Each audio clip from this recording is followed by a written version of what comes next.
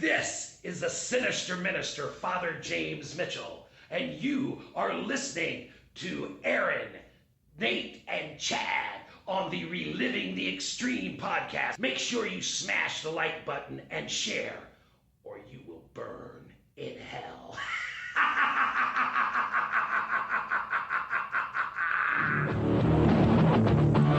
Reliving the Extreme.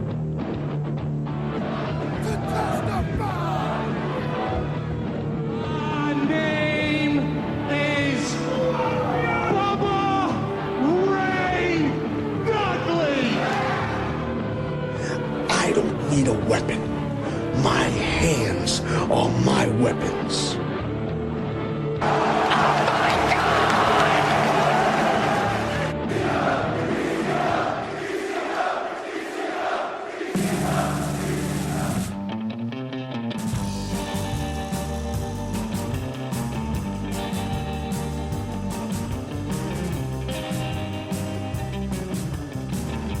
This week on Reliving the Extreme, we're just kind of shooting the shit this week. We were supposed to have the one and only ECW original Tommy Cairo on the show this week, but Tommy had storms in his area and was not able to connect with us. So Chad, Aaron, and I just started BSing, and I decided to record it.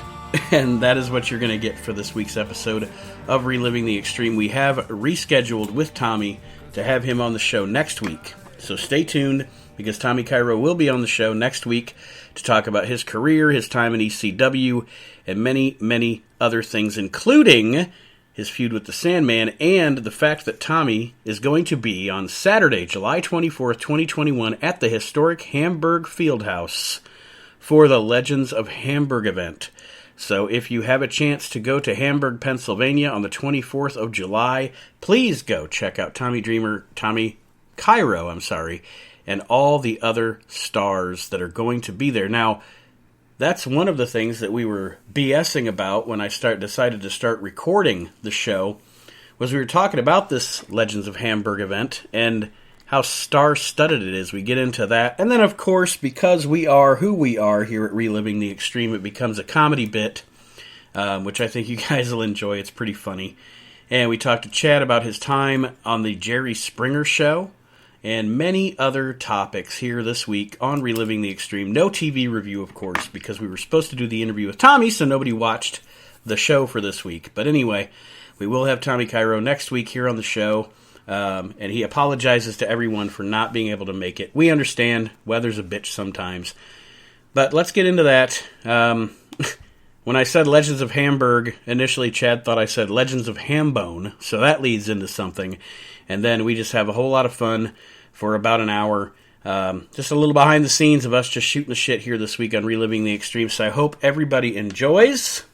Have a listen. Thank you. Hambone. I swear I thought you said that. and I was thinking, like, I'm not even really sure that I think he even knows that word. Like, you know, because I say it all the time. But I'm like, is it a real place? Hambone, Hambone, Pennsylvania. It doesn't sound wrong. Doesn't it? Isn't that right? Right. It's feasible. Yeah. It's Tom Brady on it and the Patriots. He's giving that a moratorium. He's out of respect. He's not going to do that gimmick for a month and a half. They do a 10-bell salute, and he's standing in the ring wearing the outfit.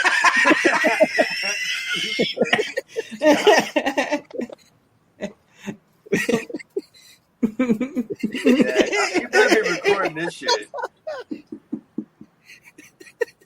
That's ridiculous. I'm just picturing him standing there like a fucking dildo in the ring, like ding. I've seen Brandy work. I think him and Bob Starr worked on an independent show that I was on. That the roster only had like 8 people on the show, and Tom Brady and Bob Starr worked 3 different times as 3 different characters. Bob worked as the Russian assassin, Doink, and Bob, and Tom worked as Sal Sincere, the Patriot, and then the Chippendale model Tom Brandy. Like, and I was just like, this is ridiculous. How many gimmicks can one man have in a night? In a night, you know. I mean, over a career, that's one thing, but in a night, you ain't Mick Foley, buddy. I'm just gonna record. I'm just gonna record this and for 40 minutes, and then I'll put an intro on it. This is fine. Bob used to make his own outfits, so when Doink came out, oh yeah, he jumped all over that fucking outfit, and he started doing that. I'm pretty sure he got a letter from the WWE, and it didn't stop him. Completely ignored it. Yeah, because what in Hamburg, Pennsylvania, are they really gonna stop Bob from being Doink at the Legends of Hamburg? Bruce Pritchard busts through the front door. Yeah, and that's like, enough. Someone told me there'd be hamburgers here.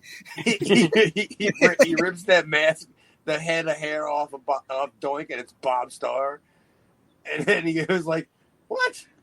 You're not Doink?" And Bob was like, "I am the night, brother. For $10, you can get a picture and an autograph." No, it's just the Legends. You think it's going to have a whole bunch of ICW guys or IWCCW guys like King Kalua? Oof. Eric Spracia, maybe Curly Moe. I've never seen that guy Spracia, but I remember that name from the PWI 500. I remember always seeing it in the PWI 500. And I never knew how to say it when I was a kid. Sparacia.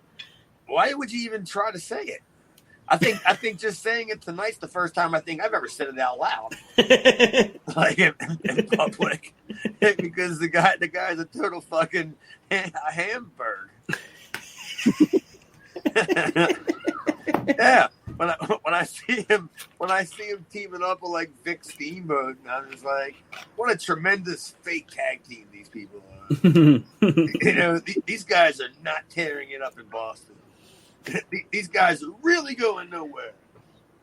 And fast. So fast. Yeah, as long as they stick together, they're going to keep beating the Undertakers and the Russian, or Zip and Zap, the Equalizers, and IWCCW. Wasn't one of those guys Johnny Grunge, I think? Yeah.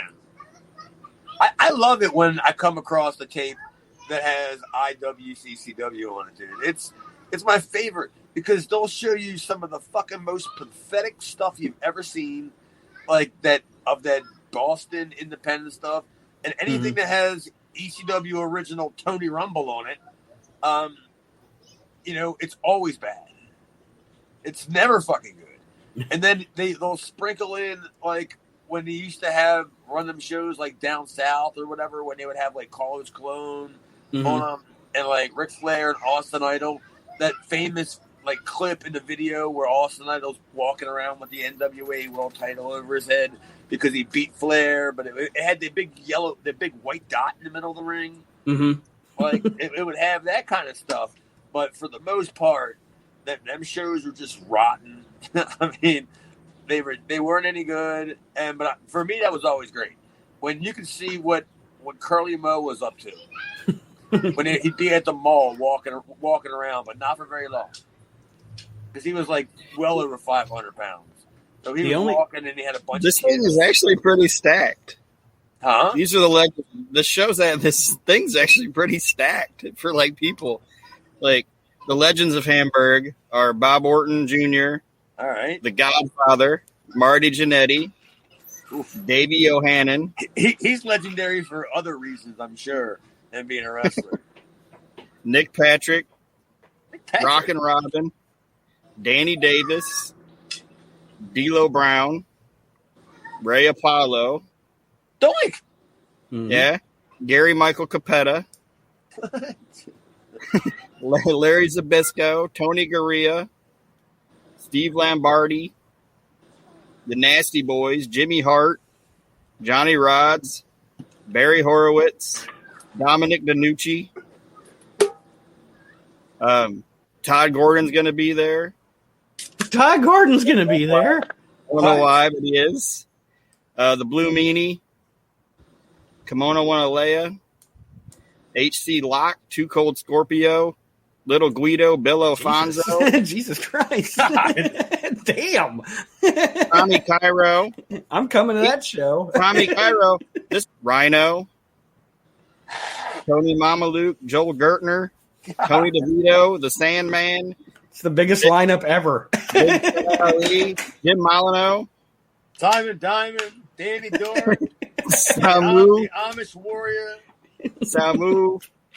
Lance Kanawana, L.A. Smooth, Alpha Jr., Jacob Fatu. The Estate of Sal Balomo. Lord Zoltan. Big Mama. Mr. Ooh La La. Like, yeah. Come on, The rest Boogie of Woogie. 6.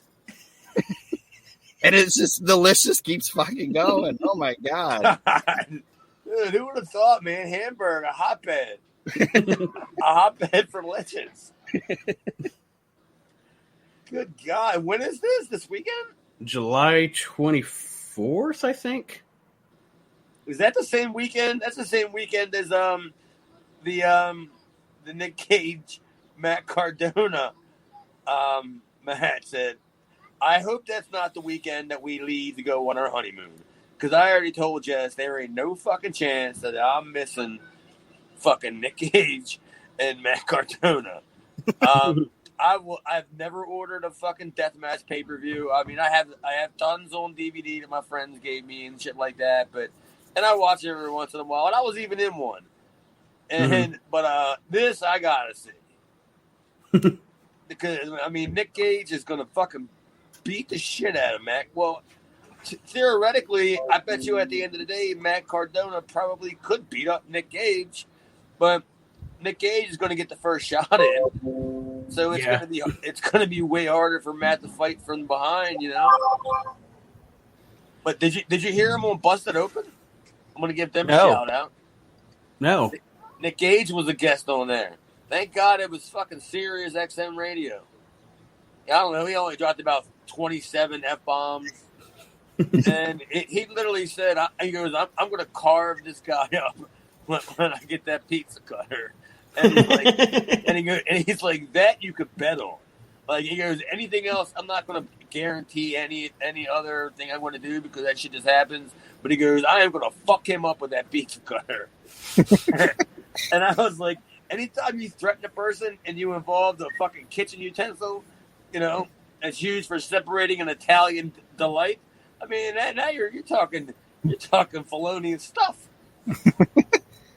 Like, he went out of his way. He's like, he didn't even say, like, you know, when I fucking stick the spatula up your fucking ass or whatever. Like, he's naming distinct kitchen utensils. This pizza cutter. I don't even understand why Matt Cardona would do a death match. It doesn't even make any sense. Dude, it's going to be, I don't know Nick Cage. I've worked on shows with him, and I'm sure I've met him, and I'm sure he's a wonderful human being.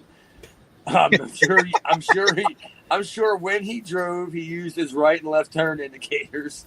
It wasn't his car, but he used yeah, I mean, that's probably why he used his right and left turn indicators, because it wasn't his car. So as not to get pulled over, yeah. Yeah, I mean, I'm sure, but if he's smart enough, which I think that he is, I don't want to say that he's just what you see. He can't be. And that he should be able to do some sort of business with Cardona, where it's well placed spots, you know. Believe me, it's not going to be some of that deathmatch shit you see where it's gratuitous. Yeah, the disgusting flesh hanging off somebody's body. Yeah, he's not gonna David Arquette him. You know what I mean? Matt. I don't know about that. That's why I'm saying I just wonder if he's smart enough to know just do business with this guy. It'll be good for everybody. Mm-hmm. I still have a feeling he's going to fuck him up with that pizza cutter. Well, I have the list of so far of people that are going to be at the show we're going to be at. If you guys want to hear that list, Are you sure the weekend that's fucking coming up with Tommy Cairo is going to be over by then? Could you imagine if you were one of these wealthy wrestling people that somehow I didn't think any of them worked, but they all have money just to spend money on ridiculous nonsense like old NWA belts and stuff like that. That they're going to all these conventions. Go to every table. What if you had enough money that you decided that, look, I'm going to the Legends of Hamburg, and I'm going to rent a car. I'm going to drive all the way up there, and I'm going to get a picture with every single one. And then you get in there and you're like, holy fuck! There's not even a ring in here. It's just all tables. It's Wednesday morning, and your boss is messaging you, and your mom is messaging you, like, where are you at? He goes, Samu, the Samoan, and who do you got left? I've still got to get Mr. Ooh La La. I still got to get. Like, look at how far down the line Samu was. Anyway, like, he's still like, Mom, don't rush me. I mean, there's still how many opportunities do you get to meet Nick Patrick? Yes, come on. I mean, this is like a once in a lifetime opportunity. Yeah. Goddamn MWO referee, Mom. Tony Gurria passed away during it. It's just like all these guys are just dropping over, and they're just like, well, the part of Tony Gurria is going to be played by, and they just pick somebody. They just bring in Johnny Rock. Bob Starr. Yeah, but he can't have two tables then. He can't be Doink, and then he can't be Bob Starr. I got autographed pictures of both, bro. I think the Doink that Aaron and I have seen in person, it was at Ray Apollo, Aaron. Yeah. Because I remember when we were walking, I was like, which Doink is that guy? Who is that one? Which one is that he had like two hot chicks with him too. Like, I was like, look at them two hot chicks with Doink. Look like fucking models. I think Bob looks more attractive with the paint on. But no, like that chick, I saw her walking, and she was walking, and I told Ned, I was like, God damn, look at her. She's here with one of the guys. She ain't just here getting autographs. And then she went and plopped down next to Doink. I'm like, God damn. Oh, so you think it was a real Doink? This Doink was slanging dong, man. He pulled down some trim. Oh, man, I can't wait till we get to, I know there wasn't much, right, Nate, about Matt Bourne and ECW doing the evil Doink gimmick? There wasn't much, right? Was it even a month? It's probably 2 tapings, but it's fucking awesome stuff. I remember the promos. Yeah, I think that Born Again deal was cool as shit, I think. He couldn't get out of his own way, though. You know, a really talented guy, but Jesus. He got out of the ECW locker room. And he never came back, as far as I know. I never heard anything as to what happened. Like why he was gone, why he was let go, why it ended so quick. I don't remember a bunch of the details. We mentioned it's funny, we mentioned Mr. Ooh La La earlier, but I don't remember a bunch of the details. I don't have to go back and listen, but Mr. Ooh La La was on an episode of Between the Sheets that I was listening to. And he was talking about like when he was in Portland at the dying days of Portland and hanging out with Matt Bourne, and Matt Bourne was doing every fucking if it was a drug, if it was an alcohol, he was just constantly fucked up. So if Mr. Ooh La La was ever in Portland and he considered that to be the dying days, holy mackerel. Let's just say I think I have what I consider the dying days. And Aaron, I said you good shit. But if you want to see what the dying days were, I'll send you some stuff from like 1992. Like that stuff. Oh boy, Don Owens is completely fucking. I can't tell if he's sauced, if he's just old. Like his ring introductions, he just talks before he does the introductions. and at one point, one of the hottest angles was Don Owens would say that on like this Friday night at the Portland Sports Arena, the bowling alley, whatever they fucking taped the show at, that the kids were going to be allowed in free, and it would drive Al Madrill crazy that the kids were allowed in free, and he would cut promos in like, "I can't believe we're doing this. You're allowing them brats in here, like you're allowing them in here for free," and it was like. It was every single week, and as bad as it was, I fucking loved it. It's like the train wreck; you can't look away. That was like one of the better storylines in there, because a lot of them guys. You guys watch Memphis, right? Mm-hmm. All right, so you've seen the Memphis Times where they had guys like Bart Sawyer, Mike Masters, like all them guys.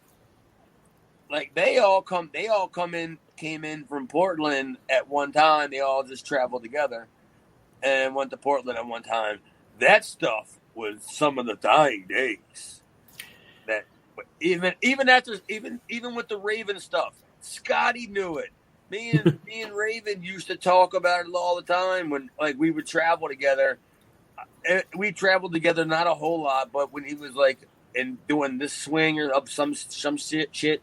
And literally, we would just talk about Portland and talk about how some of the worst stuff we've ever seen was the Breakfast Club, where the Grappler and the Equalizer would dump milk and Cheerios on people, and they were the heels. Like that was their big way of getting heat. They would just dump Cheerio and milk on people. But seriously, when Mr. Ooh La La shows up, you know it's rock bottom.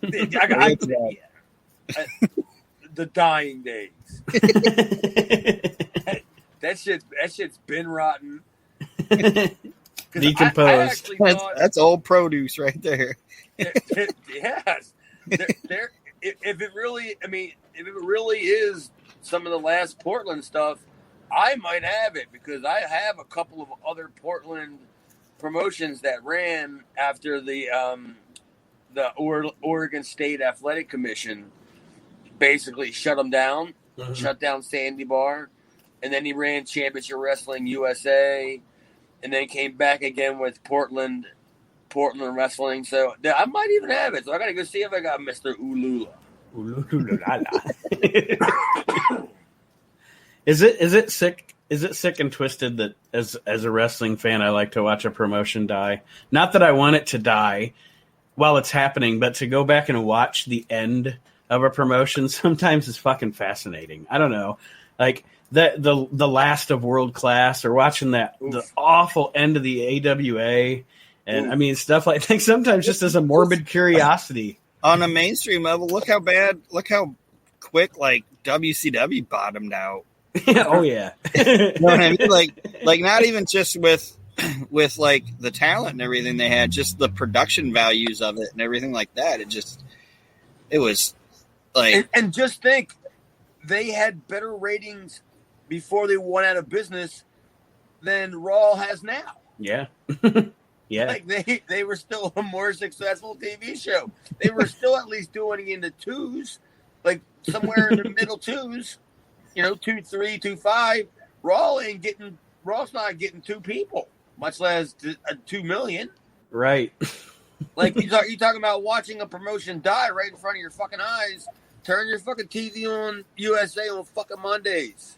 Die a hero or live long enough to see yourself become the villain. Because, like, Jess, I bitch about watching Monday Night Raw so much, and Jess just goes, "I don't fucking know why you watch it." And I said, "I watch it because I love it because it's so bad." Mm-hmm.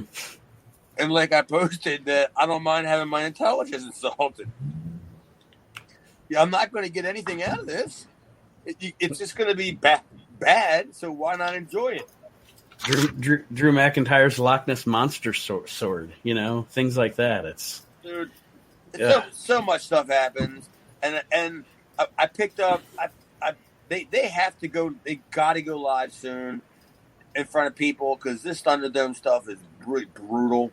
Mm-hmm. And I picked up. I think it was Monday. Somebody called a spot that I swear to God I think my fucking closed captioning picked up.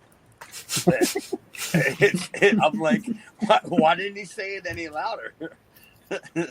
He should. I think he did it in sign language too. It was brutal how loud he called the spot. Closed captions says "shoot me off?" Question mark? Yeah. Question mark? Question mark? It was one of them do it again spots. So they were I guess it was a tackle drop down, whatever, do it again, and then like right afterwards, the dude was kicking them, and like there was multiple announcing like flubs where Corey Graves said he was adding insult to industry. No, that's what he was saying Vince was doing. He's adding insult to the industry. But he didn't say too low. He said he's adding insult to industry. And Jess heard it, and she goes, "Did you hear that?" And I said, "Yeah, I heard it." And I was just like, dude, they really just fucking gave up. They don't give a fuck anymore. Nah. And even did you hear Jim Ross last night? No. Well, no, I didn't get to watch last night. I'm actually going to watch it either tonight or tomorrow. It's crazy. They could have put the Canadian Wolfman out there against the fucking Lumberjack, and that fucking Miami crowd would have been rabid last night. They just fucking ate up everything. The crowd looked phenomenal. The way the place was packed, they were cheering up and down, like it was crazy. But at one point, Jim Ross was in the middle of explaining something, and he called Excalibur Mark. But I don't think I think that's his real name, isn't it? I don't understand what he is. Because I know that's what I'm saying. She goes, "Is that his real name?" I go, "I don't know, but that's what. If it's not, it's even funnier that Jim Ross just called him a Mark on TV." But yeah, they had dude, that show was crazy, dude. Like the matches I thought were fine. The main event was ridiculous. Like the Bucks and not Santana, but it was Kingston and Penta. Dude, yeah, that got crazy. It was just a crazy, ridiculous show. Oh, and then a fan ran in the ring. I seen that. I seen a report on that. Somebody ran in the ring. Did he get after MJF? No, Jericho. Oh, Jericho. Okay. Well, I mean, who are you going to try to go after if you try to run in the ring?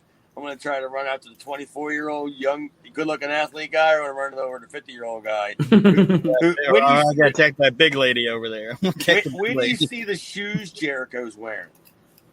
He looks ridiculous. He's got on this like entire black leather rock and roll like outfit thing, complete with like gloves that have zippers on it and all, and he's got on like Air Jordans. They're like red and white, and and everything else is all black. And I'm just like, how old does this guy want to pretend that he wants to be? I get it that he's not a young person anymore. Are you 30? Are you 40? Yeah, but I mean, look at these things. But yeah, that fan tried to run in, and Jericho ran over and he clunked him over the head with the mic or something. And MJF didn't even leave his chair. he just sat there because I think the fan was coming in to get him, actually.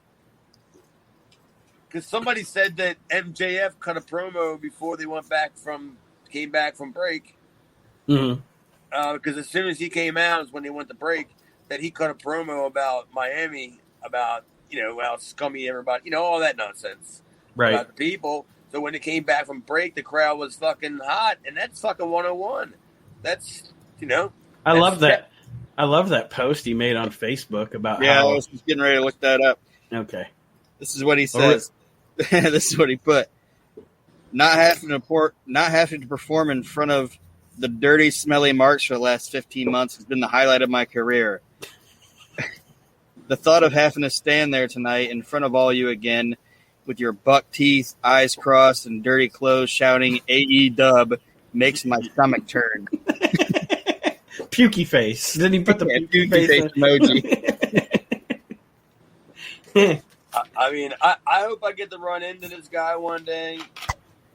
I hope Maryland Championship Wrestling one day brings him in, because that will be one guy that'll get me out of the house, and I'll go to that show.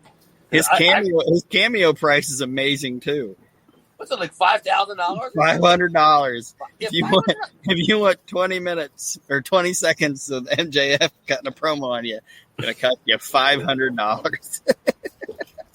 Yeah, I gotta meet this guy for myself in backstage in a locker room and see what the deal is. Because everybody says that that's the way that he is, and natural heel.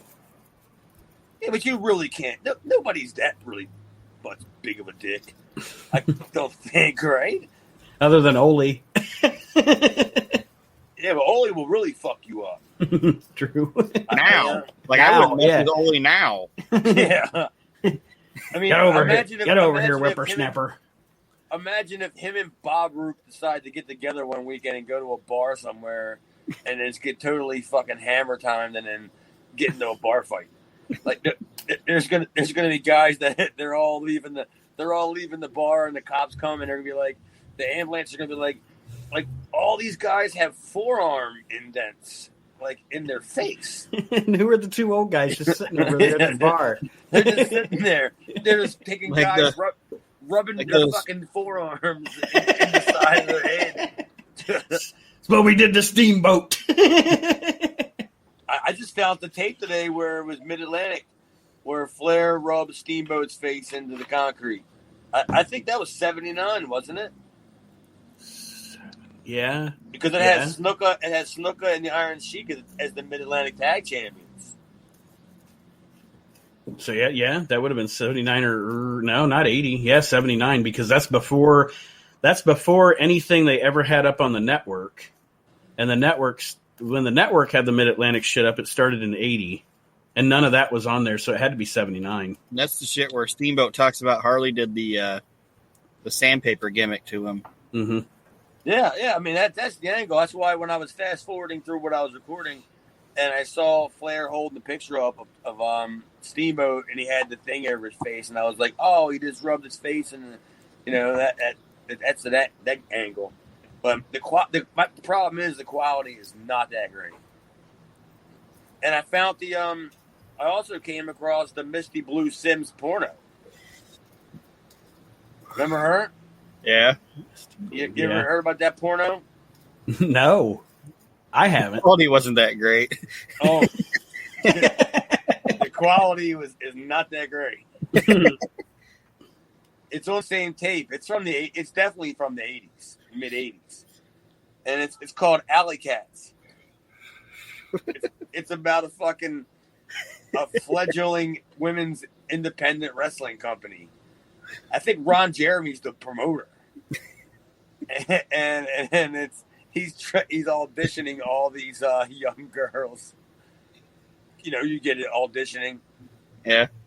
And Misty Blue Sims is on there, and it doesn't really look like her, because I think she may have wore hair extensions like in her wrestling days. You know what I mean? Because she has shorter hair, but it says it gives it credit to her, and then everybody told me that was really her. But I walk upstairs to check on what I'm recording, and I walk in and some dude's getting a blowjob. I'm like, what the fuck is this? Why is this quality so bad? Why is Misty Blue Sims blowing Tom Ernesto Jr.?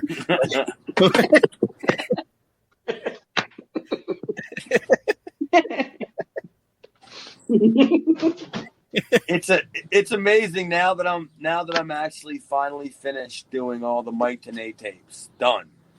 Last tape has been fucking recorded. Now all I got to do is make copies for Roy and me and Tenay, and I've been burning my own personal stuff the last couple days, and then I came across a whole bunch of us Maryland wrestlers did 2 weeks down in Springer and recorded some shows, and I came across all of them today. So what was that like? Was that like doing pro wrestling? Like was it that what I want to say? I don't even know the word I'm looking for, but that had You to even be know my room number? it had to that had to be an experience doing Springer. Like, was it scripted? Were you supposed to improv? No, I mean, it was supposed to be scripted. It was scripted. I mean, granted, because we were in Jamaica, we weren't in that studio, so there was a lot of improv allowed. But they really wanted to know like every single word you were going to say and shit like that. And you know, I can work that way, but I just don't want to work that way. Right. Because I don't want to just keep going over the same stuff. Because then I start second guessing what I thought was funny in my head when I say it so many times, and it's like it doesn't seem as funny anymore. But the last time, actually, that was the second to last time I did it. I did a Springer show, and when I got there, I told him, I was like, "This is it. I'm done. Like, this is my last show. I'm gonna kill this for you, and I'm gonna knock it out of the park. But here's what I want. I want no fucking. I'm not running my script by you. I want to go out there and I want to make this shit up out on the fly, and you know, I'm gonna write my own material, whatever." And the dude trusted me enough because I had already done like 3 other ones for him. Mm-hmm. You know, he trusted me. And I went out there and I murdered this poor broad. Dude, this girl had no arms and half a leg. Come on. I called her such wonderful fucking names as a biological disappointment, a genetic defect, a family photo ruining ass. I mean, I let her have it. And what the fuck was she gonna do to me? Definitely not punch you. No, and she wasn't gonna chase me. Watch out for the nuts. Yeah, dude, that show got so much response from like literally the crowd was coming down the aisle in droves, and I didn't know that the crowd didn't know that it was work. I thought everybody knew it was work. That was actually going to be my next question for you about the Springer Show, was whether or not the audience was in on the joke or not, or if they were just No, the audience was not in on the joke. They all started rushing down to the stage to get a piece of me, and I'm standing up and I'm taunting them. And I'm like, come on, you don't want any of this. Like, this big guy's coming down there and he's threatening me, and I'm like, come on, buddy, you don't want none of this. And I'm just thinking, like, nope, you know, they're not going to get to me, right? And then there's the security guys. But then it got to the point where we were running out of security guys. And the crowd was getting larger. And at one point, I'll send you the tape when I find it. At one point, you see the camera switches to me, and you see me look to where I notify where the exit is. Because I'm just like, dude, these motherfuckers are coming down here at a rapid pace, and we're running out of these Hamburg security guys, and they literally they had to rush me backstage. They kept me there 2 hours after the taping was over because they were outside the building.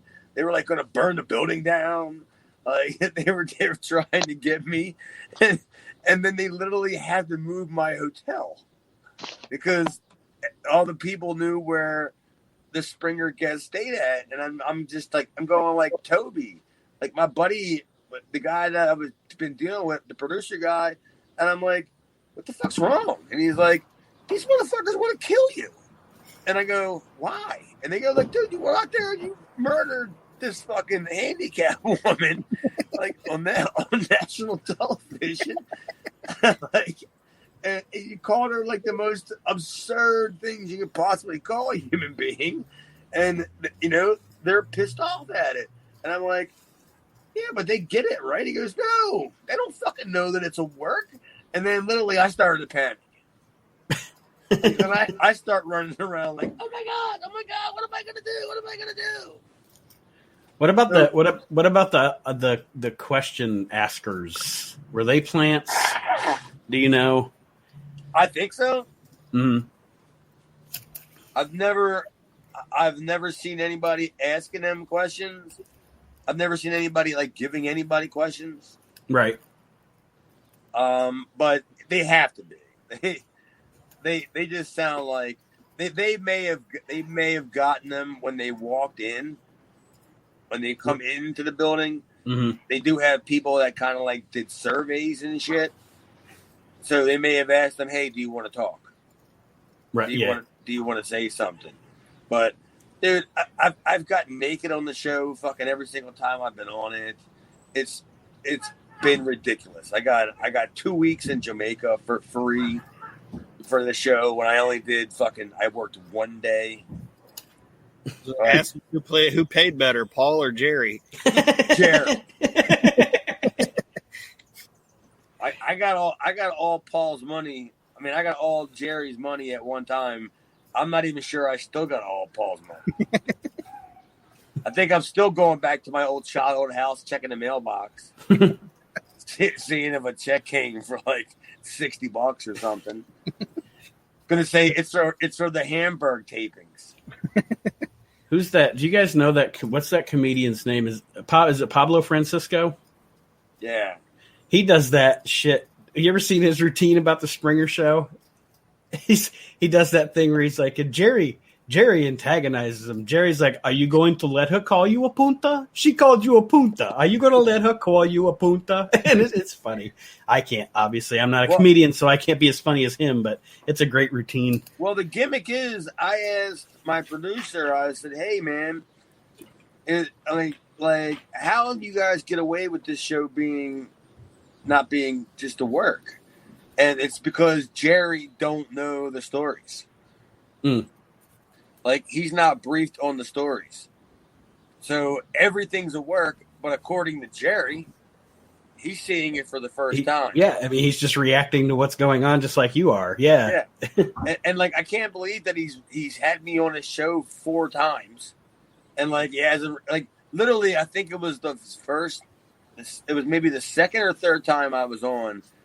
When when they walk down the end and he kind of shakes your hand and thanks you for coming. Mm-hmm. He literally bent over and told me that I was a good fucking guest. That's cool. And then when I got back to the green room and my producer said, he's like, what did Jerry say to you? I said, he told me I was a good fucking guest. And he goes, that's awesome. Because normally he just says thanks.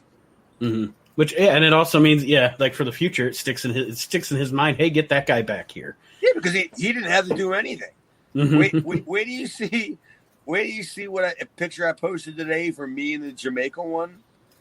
Like, it was me telling my girlfriend for the first time that I like to wear women's clothes, but with my mom's underwear, but I'm not gay. And we're on the beach, and part of the shit that was impromptu, where I do the Kamala split, where I jump up and I touch my toes. But, dude, where do you see it? It's so great. Like, I do so much stuff that if you're a wrestling fan and you look close enough, you'll see it. I pull the one strap down at one point when the girl gets mad at me, like Lawler, and I do a whole. I sell like Kurt Angle, like, and it's like when I finish copying it, it's probably done by now. When I finish copying it and I send you guys a copy of it and you watch it, where do you see me doing the Kamala split wearing women's lingerie with my balls hanging out? Like, I do a cartwheel on the beach and then I jump up and I do the touch my toes spot like Kamala did. And don't even ask me why. I thought that was a great idea. I was just like, fuck it. I was like, if I already look this ridiculous, go big or go home. Yeah. I might as well go all the way. Well, before we wrap up this bullshit session here on Reliving the Extreme, anything else you guys want to discuss? Anything serious? Anything silly? Well, you were going to go down the list of people that are at the. Oh shit! Yeah, I was. That's how we do it on this show. That was like Are an we hour still ago. not done? The list of people in the Hamburg legend. There's more, Aaron? Well, it did say at the end of it. It said more And more. and more to be announced. So since you reading it before the show, have they updated the list? there is more. A list in progress. Yeah. Did you say Mr. Ooh La La was going to be there? Yeah. Oh, okay. Well, maybe I'll be there. Have they listed me yet? Mr. Ulala will be arriving from the dying days of Portland. Oh, that's a long trip for him, man. He's coming all the way to Hambone for a meet and greet, and he's got to compete with Tony Gurria if he's not dead. Recently added is Kiwi and Ken Raper. They're going to be there. Kiwi? Ken Raper, the Memphis Chopper? He's not really on it. I'm just thinking of random ass people. Everybody knows the big run Ken Raper had in Hamburg. Everybody knows about that. Why couldn't they have somebody like Kenny Steele from Memphis, or Reggie B. Parks, or Damien Reggie B. Fine, Damian Steele from XPW. The snow. I think that guy died. No. Yeah, why not? Why can't you promote people that are dead? But It's just a table with 8x10s on it. Yeah, I mean, like by the time this whole entire thing comes, it's going to be just Tony Gurria's urn. You're going to take a picture next to him in an urn. There's no chance he's going to live to this. The urn will have a little pompadour. Yeah. That's a running thing. Just by the time we finish the show, oh my God, Jesse Barr just announced. Hey guys, did you just hear Pistol Pez Wally? He's gonna be there. He and the Boogie Woogie Man are gonna renew their feud. Fucking Hamburg's booking anybody, man. Fucking they got Buck Zumoff on Skype.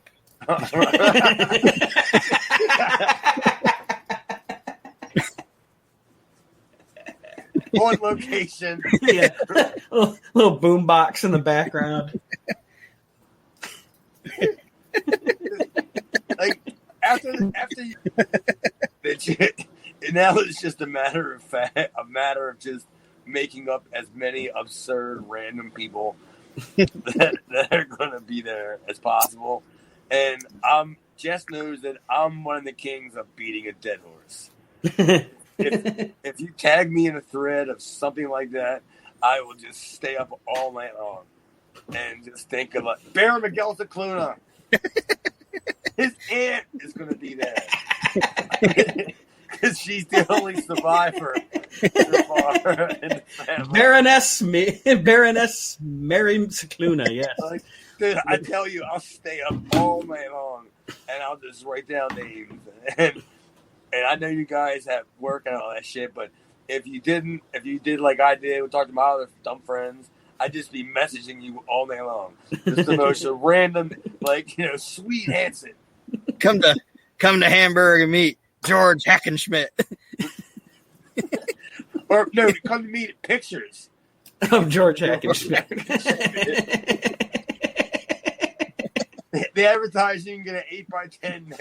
You can Still looks better than Tony Gurria. You didn't get a picture. You didn't get a picture of yourself next to a picture of George Hackenschmidt. And he'll have the classic hands on the hips, suck in the gut pose going on too. The Luthez thing. Yes. With his tiny belt.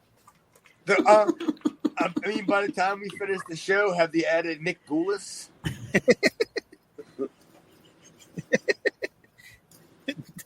God. This is the best now. Crusher Broomfield.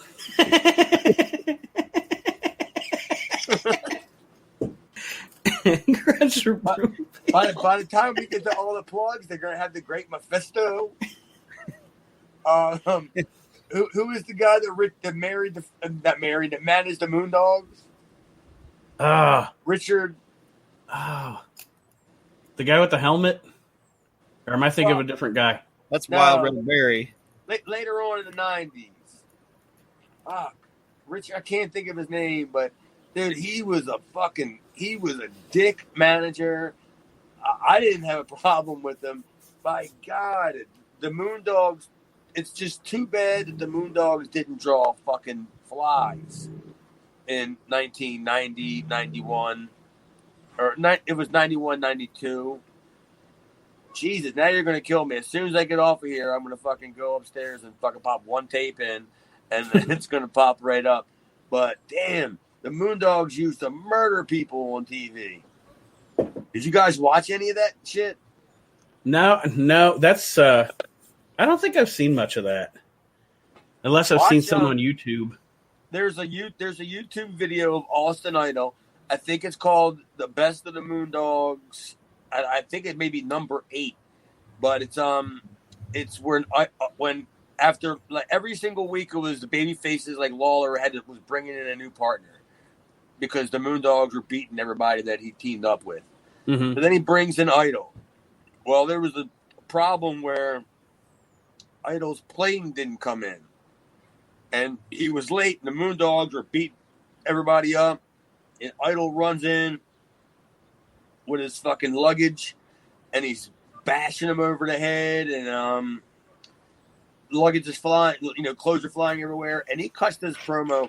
I swear to God, it's one of my favorite promos I've ever seen in my life, and it's not even the first time that he's cut it. It's the airplane promo about how somebody tampered. I've never seen that. It's how somebody tampered with one of his airplanes. Like he was talking about, everything was going good, and he was on his way to the airport, and then he got a phone call from an informant that said somebody may have tampered with one of my aircrafts, and then after an inspection, they found out that somebody put sugar in his gas tank. Yeah, I've never seen that, dude. It's fucking awesome. He goes, that plane would have had no problem taking off. It would have had no problem reaching an altitude at 30,000 feet, but at some point, that sugar would have diluted that gas, and then what would have happened? That plane would have came down, and he was just yelling. I can't remember his name, but he's like, you tried to commit premeditated murder, and I'm just like, oh right. Just announced. John told us he's going to be there. And maybe Chris told us. Well, there you have it, everybody. Me, Aaron, Chad, just shooting the shit. It's always entertaining. A little behind the scenes of the kind of stuff you don't get to hear on the show every single week. And a great time had by all this week on Reliving the Extreme. And again, like I said, Tommy Cairo was very apologetic. And you know what, man? Weather happens. I live in Ohio. I understand. 1 minute here, it's nice and sunny. The next minute, there's a tornado two doors down. So absolutely understand the weather delay. And we will have Tommy Cairo on the show next week for our very special interview with him.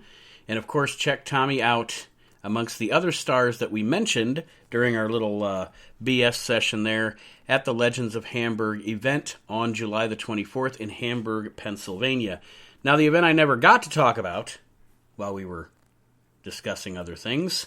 It kept coming up and never got finalized, is I'll really quick talk about the fact that Reliving the Extreme, the We Can't Wrestle podcast, WrestleNet Radio, our family here, will be on October 2nd, 2021, in Fort Wayne, Indiana, at the Fort Wayne War Memorial Coliseum for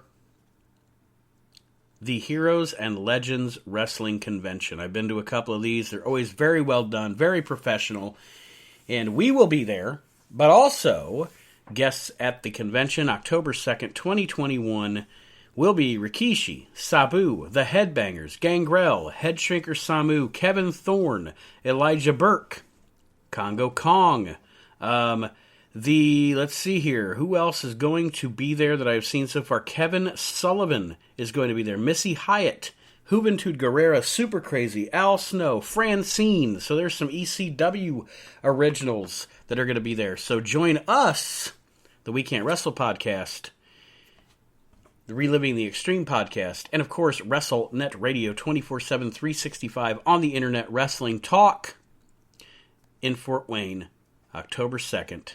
For the Heroes and Legends Wrestling Convention. Very excited. Our first convention to meet everybody. Hey, Greg the Hammer Valentine's going to be there. JTG. There are so many stars. Glacier, Duke Drosy that are going to be at this event. So please join us at the event.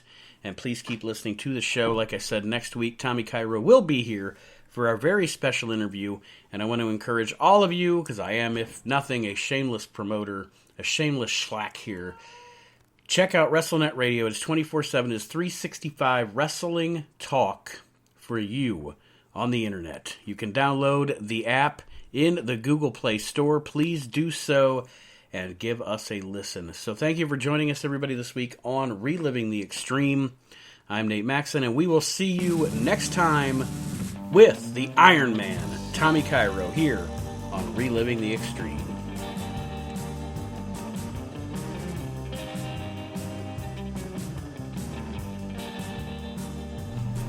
Reliving the Extreme is a production of Maxin' Out Media, all rights reserved.